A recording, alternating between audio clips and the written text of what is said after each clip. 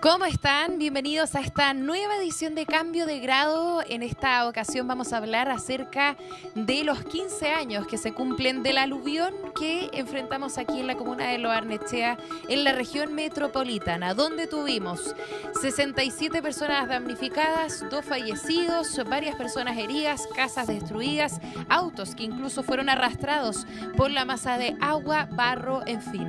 Es por eso que estamos aquí junto a Francisca Roldán, que es geóloga de Sijidén, para poder conversar acerca de este alud que nos marcó un antes y un después, sobre todo porque en la región metropolitana hay muchos quienes viven en laderas y que lamentablemente se vieron afectados producto de esta remoción en masa. ¿Cómo estás? Muchas gracias por acompañarnos. No, muchas gracias a ustedes por la invitación, feliz de estar acá. Es la primera entrevista acá in situ, así que se agradece el tiempo y también la abertura a estos temas tan relevantes para nuestro país. Sí, de todas maneras, el micrófono siempre va a estar abierto para ti, Fran. Ya te hemos entrevistado varias veces, quizás también por Zoom, a través de las distintas plataformas, para hablar acerca de estos aluviones, que en un primer lugar a mí me gustaría que pudieras darnos un contexto. ¿Cómo se produce una remoción en masa? Y después también hablar acerca de las características meteorológicas que tuvimos durante este aluvión que fue tan dramático, al menos para la región metropolitana. Sí, bueno, dos muy buenas preguntas. La gente se preguntará, claro, ¿qué es una remoción en masa? Una remoción en masa son distintos tipos de movimientos de masa, ya para que la gente lo entienda, y pueden ser desencadenados por distintos factores. Voy a dar dos ejemplos, los más importantes. Uno puede ser un sismo y otro puede ser lluvias, que es lo que vamos a hablar hoy en día. Entonces, en ese caso se producen distintos tipos, como digo, de movimientos en masa y pueden ser, por ejemplo, caídas de roca, deslizamiento, y los llamados aluviones, que son flujos de detrito en términos científicos, flujos de lodo, incluso flujos hiperconcentrados, que son una especie como de flujo muy parecido a los ríos, ¿ya? A los caudales fluviales. Entonces, es complejo estudiarlos porque si bien tienen un desencadenante en común, que pueden ser los sismos, agua, en caso de lluvia o incluso de hielo, incluso el mismo viento puede botar un bloque de roca con el tiempo que la roca misma se debilita. O sea, tenemos un montón de posibilidades, pero en el caso de los aluviones es bien especial porque, como te digo, hay varios tipos y los desencadenantes pueden ser bastante complejos de estudiar. Entonces, bueno, estamos hablando de un evento en particular, ¿ya? Que tiene que ver con lluvia, entonces nos vamos a concentrar en eso en específico.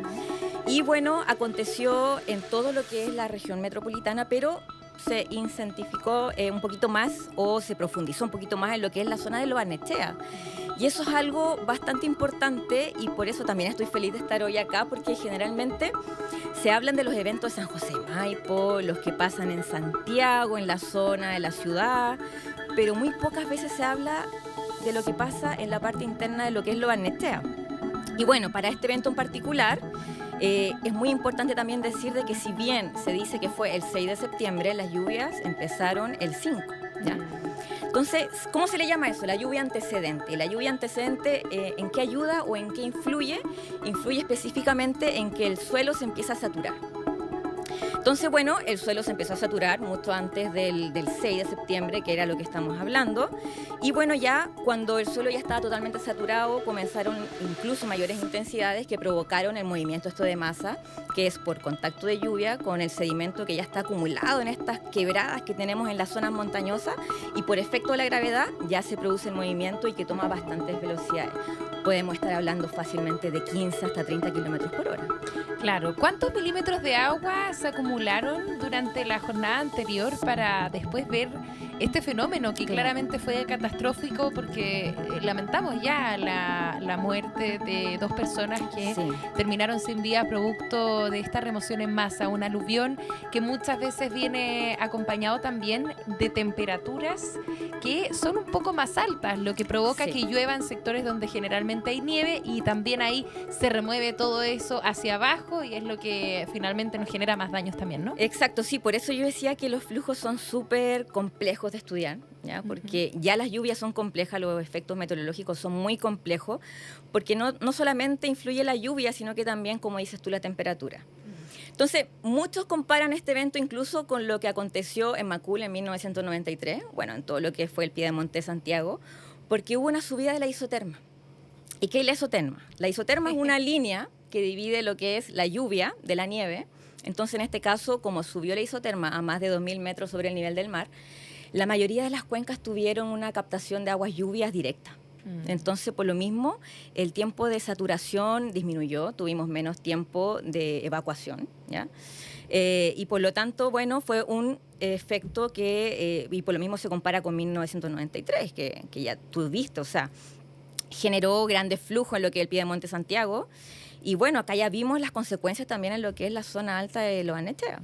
Hablabas del tiempo de evacuación. En ese tiempo... Exacto. ¿Teníamos quizás una alerta temprana que pudiera decirle a los ciudadanos, oigan, escapen porque efectivamente se viene o hay posibilidades de un aluvión? Es muy difícil también pronosticarlo. Sí. Uno puede hablar de las condiciones que se dan para que se presente un fenómeno como este, pero es difícil que alguien te diga, realmente vamos a tener un aluvión, y es muy probable que esto suceda a las 3, 4 de la tarde, en fin. Sí, entonces, sí. Acerca de lo que sí se puede hacer, ¿crees que las autoridades en ese minuto estuvieron a la altura, pudieron avisarle ahí a la población con tiempo para que pudieran escapar? Porque hablamos de 2 personas fallecidas, pero también hay muchos heridos que finalmente resultaron ahí damnificados producto de este aluvión. Sí, una muy buena pregunta también.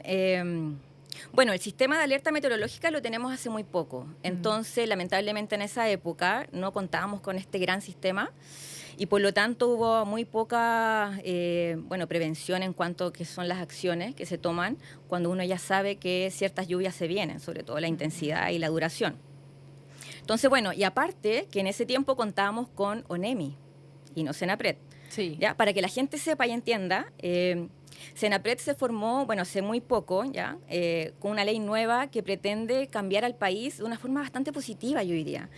Pasamos de un país reactivo, con lo que teníamos en esa época y en este evento en particular, a un país preventivo. Bueno, son las intenciones, ¿ya? Pero por lo menos la ley se enfoca en eso. Entonces, en este caso en particular hubo muy poco aviso, ¿ya? Las autoridades, si bien están presentes, también tienen un equipo limitado y estamos hablando de una macrocuenca, ¿ya?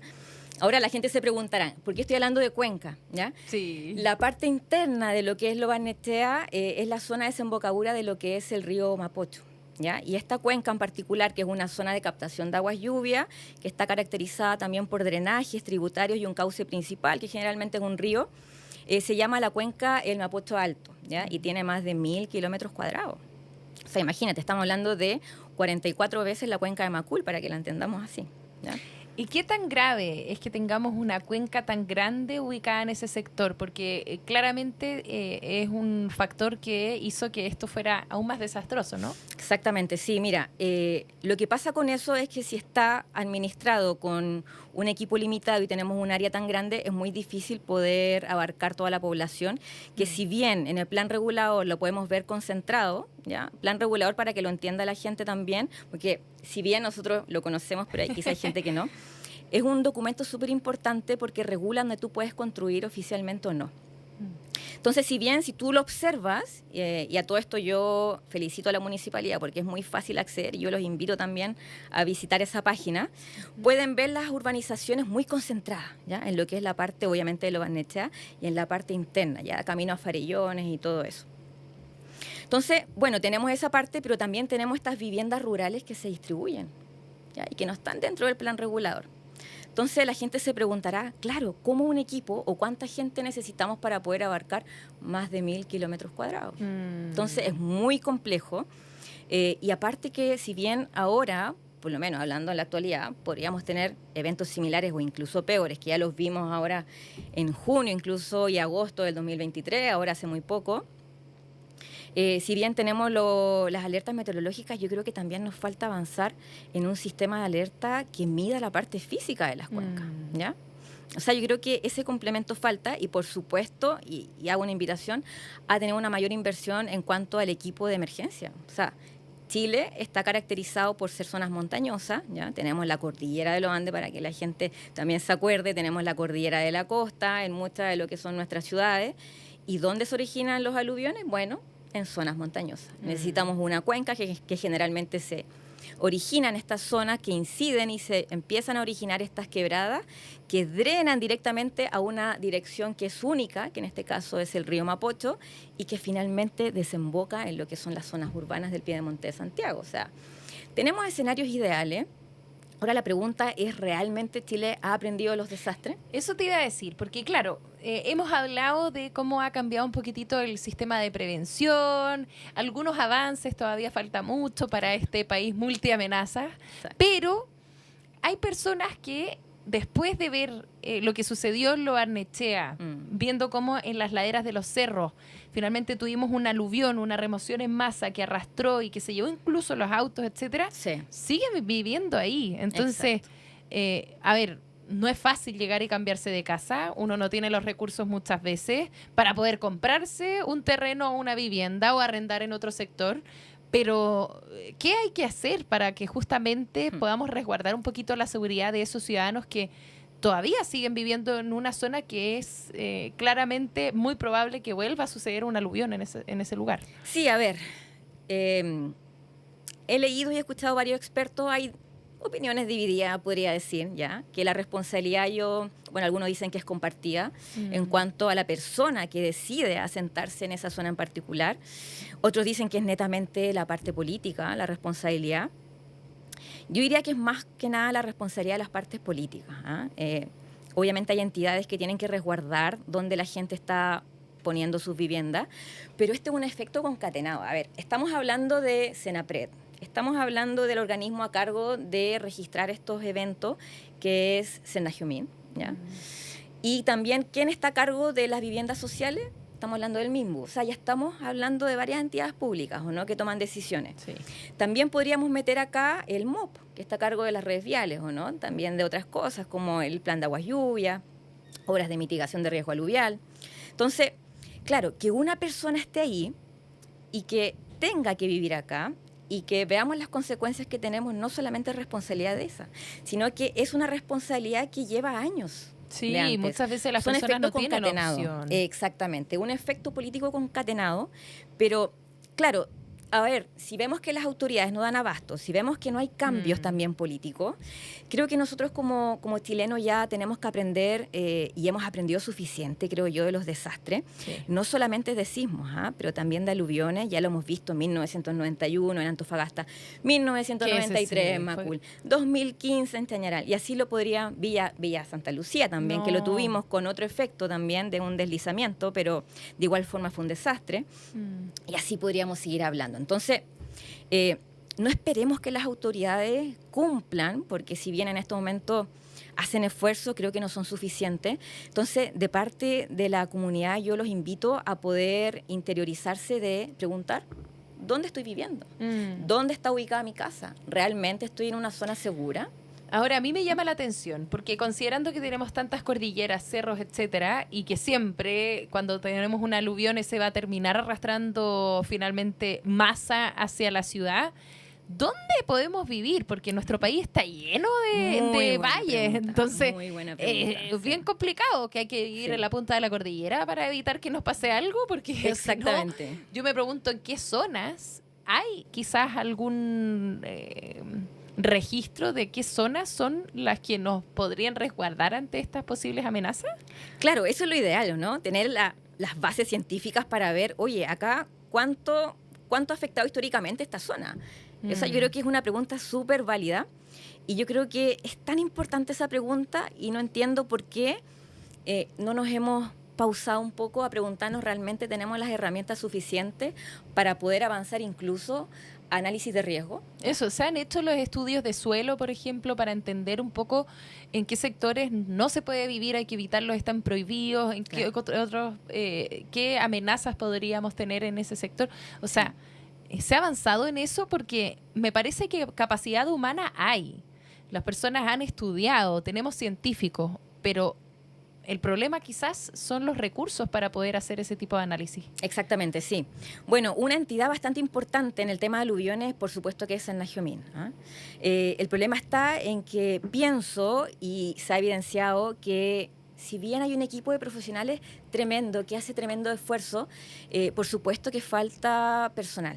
¿ah? Estamos en un país, como te digo, multiamenaza, bastante extenso, donde abundan las montañas, donde abundan estos orígenes de los aluviones y por lo tanto yo creo que las decisiones y en cuanto a las entidades públicas tenemos que cuestionarnos si realmente estamos tomando buenas decisiones.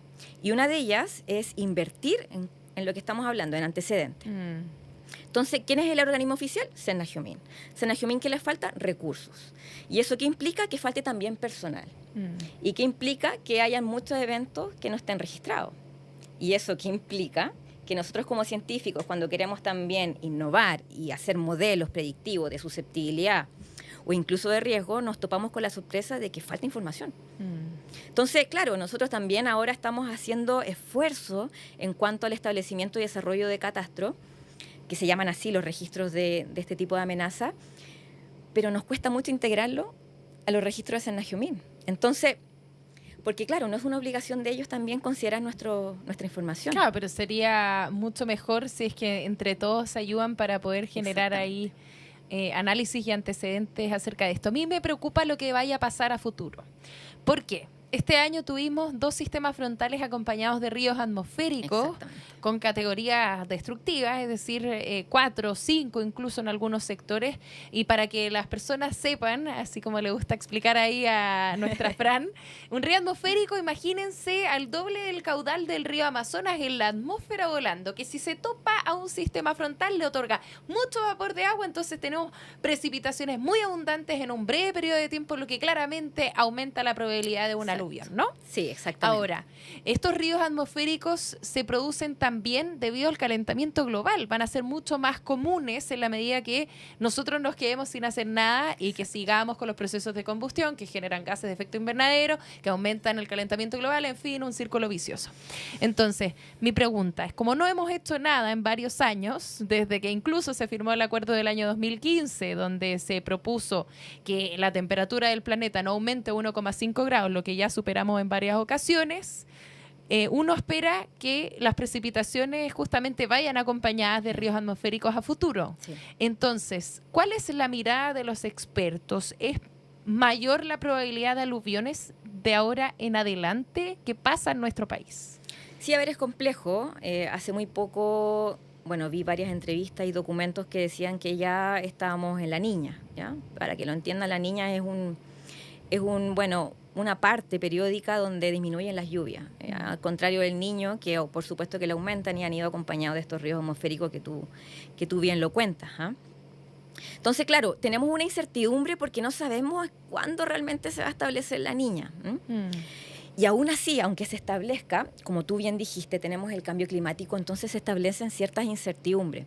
Yo siempre voy de la mano no ser catastrófica, claro, en el sentido de asustar a la gente, sino que me gusta prepararla, pero me gusta siempre estar preparada para el peor escenario, ¿ya? Entonces, el peor escenario es que tengamos nuevamente estos ríos atmosféricos, independientes si tenemos o no incertidumbre. Entonces, ¿qué necesitamos para eso? Necesitamos que las autoridades estén preparadas, ¿ya? Pasar a un país preventivo y no a uno reactivo. Entonces, eso requiere también de cierta parte que las autoridades, que en este caso es Senapred, que está a cargo de estas acciones de prevención de la gestión del riesgo de desastre, establezcan no solamente planes que sean teóricos, sino que también bajen a la comunidad, ¿ya? Necesitamos que no solamente las autoridades estén preparadas, sino que también la misma comunidad. ¿Y por qué lo digo? Porque ellos son la primera reacción, ¿ya? Ante un evento de precipitaciones, ya lo hemos visto indudables y innumerables veces, lo primero que se corta es la luz. Por lo tanto, el internet. No vamos a tener comunicación. Entonces, la gente muchas veces no sabe ni siquiera dónde arrancar, ¿ya? Entonces, bueno, ¿qué pasa con eso? Ahí podríamos evitar muertes, ¿ya? Hablemos del evento. Voy a volver un poquito, Maca, si tú me das permiso, al evento que estábamos hablando. Del 2009 en Lo Barnechea. Bueno, tú bien dijiste, murieron lamentablemente 2 personas. Fue una madre con su hija, ¿ya? Que estaban ubicadas en un sector que, lo voy a decir como un dato bastante curioso, y yo quiero que la gente lo aprenda. Y por favor, quiero que esto no se les olvide, porque el chileno olvida muy fácil. ¿Ya? Somos muy buenos para reaccionar ante los desastres, pero muy fácil para después olvidarlo. Entonces, bueno, ¿qué pasó en esta oportunidad? La vivienda no estaba muy cerca de lo que es el cauce principal, ¿ya? Donde drenan los principales cauces, en este caso aluviales, hacia un cierto sector, sino que estaban un poquito aledaños. Pero ¿qué pasó acá? Pasó que hay una carretera, que es la G21, ¿ya? Que desvió lamentablemente estos flujos y lamentablemente impactaron a esta vivienda, que si bien podríamos haber dicho, esta vivienda no está en una zona de impacto directo, sí que aconteció que la misma red vial desviara el flujo y se produjeran esas dos lamentables muertes. O sea, estamos hablando de muertes que son bastante complejas porque no son inmediatas tampoco. ¿Ya? Y no es un número, son familias que después lamentan la pérdida humana y que es muy difícil de olvidar esa sensación y al final fue una catástrofe que podría haber sido mucho peor, pero que en este caso nos dejó 2 muertes, pero en Antofagasta el año 91 y en otros sectores de nuestro país donde hemos tenido aluviones incluso de noche, donde las personas no pudieron evacuar porque estaban durmiendo a esa hora, a diferencia de este. O sea, el escenario podría haber sido mucho más catastrófico y hoy día podríamos estar lamentando más muertes. Entonces, ¿cómo se prepara una persona para un aluvión? ¿Qué es lo que pueden hacer? Nuestra comunidad ahí de Megatiempo que nos acompaña todos los días, me gustaría que le dieras indicaciones a las personas para saber qué hacer cuando nosotros decimos se pronostican lluvias con río atmosférico de categoría 3, 4 y 5, con probabilidad de aluviones si es que así lo dicen las autoridades. ¿Qué hacer? Sí, a ver, hablaste muy bien de un fenómeno en específico, pero hay varios otros fenómenos que también nos pueden desencadenar lo que son los aluviones. Yo diría que la gente se tiene que fijar más que nada también en la duración. Y bueno, tenemos en Chile lamentablemente dificultades para poder pronosticar las intensidades, ¿ah? Y eso es un factor súper importante porque es muy distinto, por ejemplo, tener una lluvia, pongamos un ejemplo, de 30 milímetros en 4 días que 30 milímetros en una hora. En una hora, claro. ¿Ya? Entonces, me gustaría que la gente se fijara en eso, la cantidad también de días y la cantidad de lluvias, ¿ya? Y en este caso, voy a volver al ejemplo, es que es súper educativo ese ejemplo. En esa lluvia en particular llovió 2 días, ¿ya? Entonces, si tú ves que en tu casa, y sobre todo la gente que está en zona rural, donde están cerca de las montañas, sobre todo donde, insisto, se originan los aluviones, tienen que estar muy atentos a lo que son las características de la lluvia, ¿ya? Si se ve que es muy intensa y no para, bueno, empiecen a alejarse a lugares que son más alejados de lo que son las quebradas y, por supuesto, estar al tanto de lo que son los mapas de impacto, ¿ya? Acá aprovecho a hacer un llamado a todos que todos utilizamos Internet, ya usualmente, y en la página de Senapred tenemos unos mapas ahí bastante interesantes de impacto que no solamente implican estos mapas o incluyen la zona metropolitana, sino que también varias regiones de nuestro país, así que para que vayamos educándonos en ese sentido.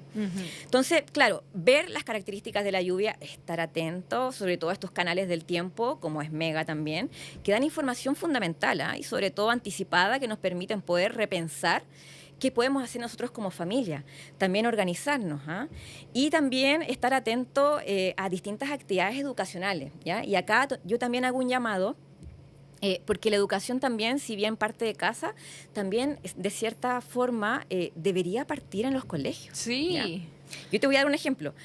Yo soy geóloga, ya como Macarena bien lo dijo, yo soy geóloga y se pueden imaginar que en toda mi carrera nunca nos enseñaron la amenaza de aluvión.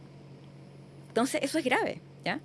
¿En la universidad? En la universidad, ¿ya? Entonces, son casos que, claro, nos dan la opción de poder cambiar. Ahora, por supuesto que la universidad está haciendo grandes esfuerzos en poder preparar a alumnos que nos van a servir a nosotros mismos para protegernos, esa es la idea.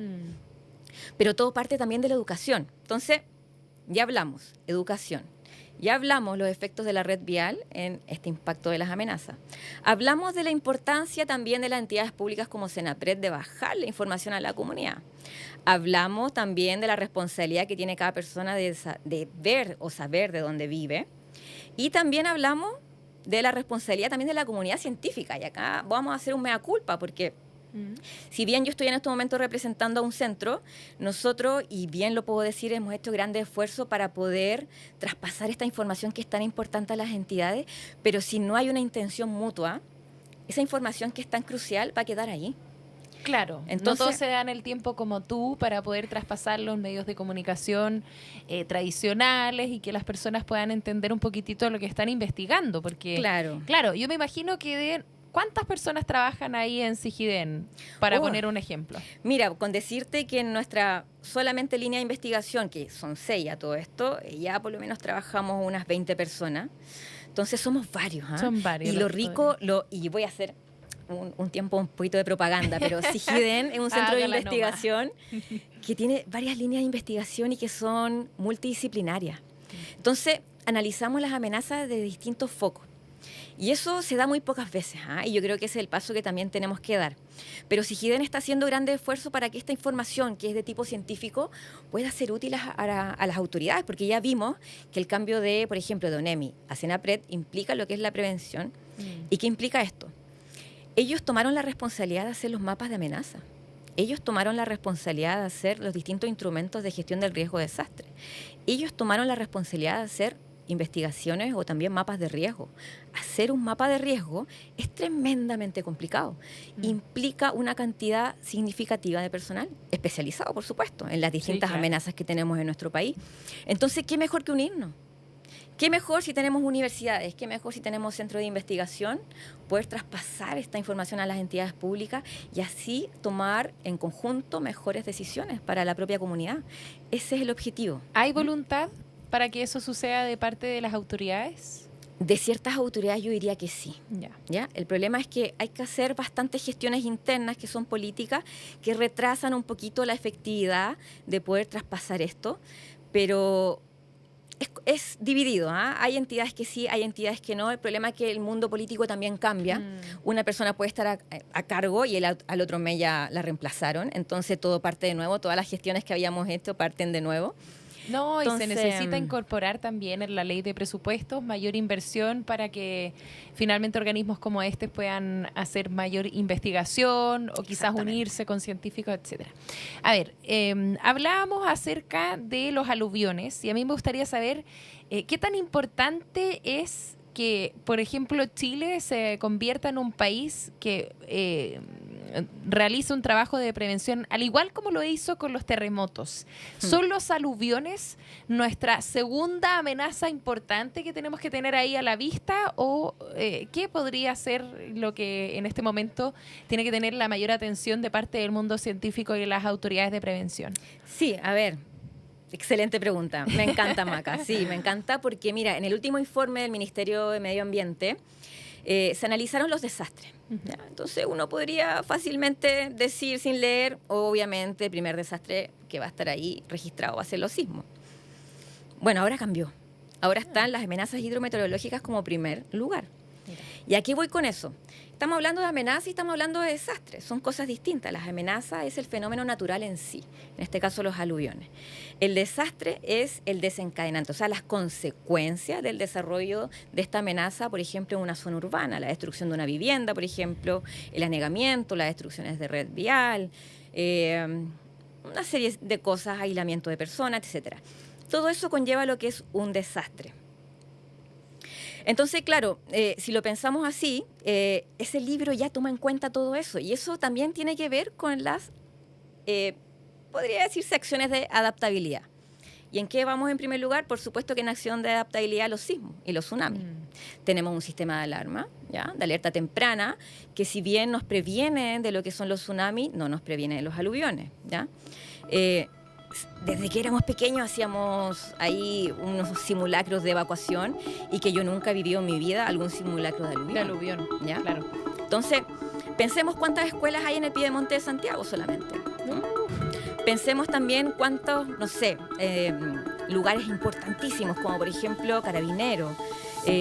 Incluso podríamos decir que algunas quizás entidades de CENAPRED están muy cerca de lo que es el Piedemonte y en zona de riesgo. Entonces, yo diría que es un efecto concatenado entre distintas entidades donde se hacen a través del tiempo estos sistemas de adaptabilidad que ya están registrados y que en primer lugar ya tenemos como desastre las amenazas hidrometeorológicas antes que los sismos, y ese es un cambio tremendo histórico en nuestro país. Y es el primer informe que lo dice. Entonces, las autoridades ya lo están entendiendo así, insisto, desde el Ministerio del Medio Ambiente, y también los concursos públicos de investigación ya están tomando más en consideración lo que son las amenazas hidrometeorológicas. Entonces, no todo es malo, ya tenemos avance, y por lo mismo yo tengo fe en que las autoridades se van a ir sumando a esta yo creo que medidas de adaptación, pero volvemos a lo mismo, requerimos cosas básicas como por ejemplo educar a la población. invertir en lo que son los registros de esto y posteriormente avanzar a lo que son los modelos predictivos, porque si no tenemos información base de calidad, los modelos predictivos puede que fallen y puede que fallen en algún evento que a nosotros como comunidad nos avisen. Claro, hemos tenido avances, pero aún falta mucho todavía por trabajar. Muchas gracias, Francisca Roldán, ahí geóloga de Sigiden, por habernos acompañado. Podríamos haber estado hablando durante varias horas más, pero creo que sí. Claro. Bueno, lamentablemente vamos a tener que cerrar ahí esta entrevista, pero nos quedamos con la sensación de haber conmemorado un desastre socionatural, un aluvión que ocurrió aquí en la comuna de Lo Barnechea, que nos deja muchos aprendizajes, entre ellos claramente estar muy atentos, así es que las autoridades nos van a dar algún tipo de protocolo de acción ante la posibilidad de que vuelva a suceder esta remoción en masa. Nosotros nos vamos a volver a encontrar en otra edición aquí de Megatiempo y despedimos a nuestra querida Francisca Roldán. Muchas gracias. No, muchas gracias a ustedes por este espacio y tú bien lo dijiste, hay que avanzar mucho en estos desastres que son desastres socionaturales que conllevan una serie de decisiones, pero yo creo que sí, que Chile lo va a lograr y lo vamos a cumplir algún día, así que vamos a ello. Eso, con esperanza entonces cerramos esta edición de Cambio de Grado. Que estén bien. Chao, chao.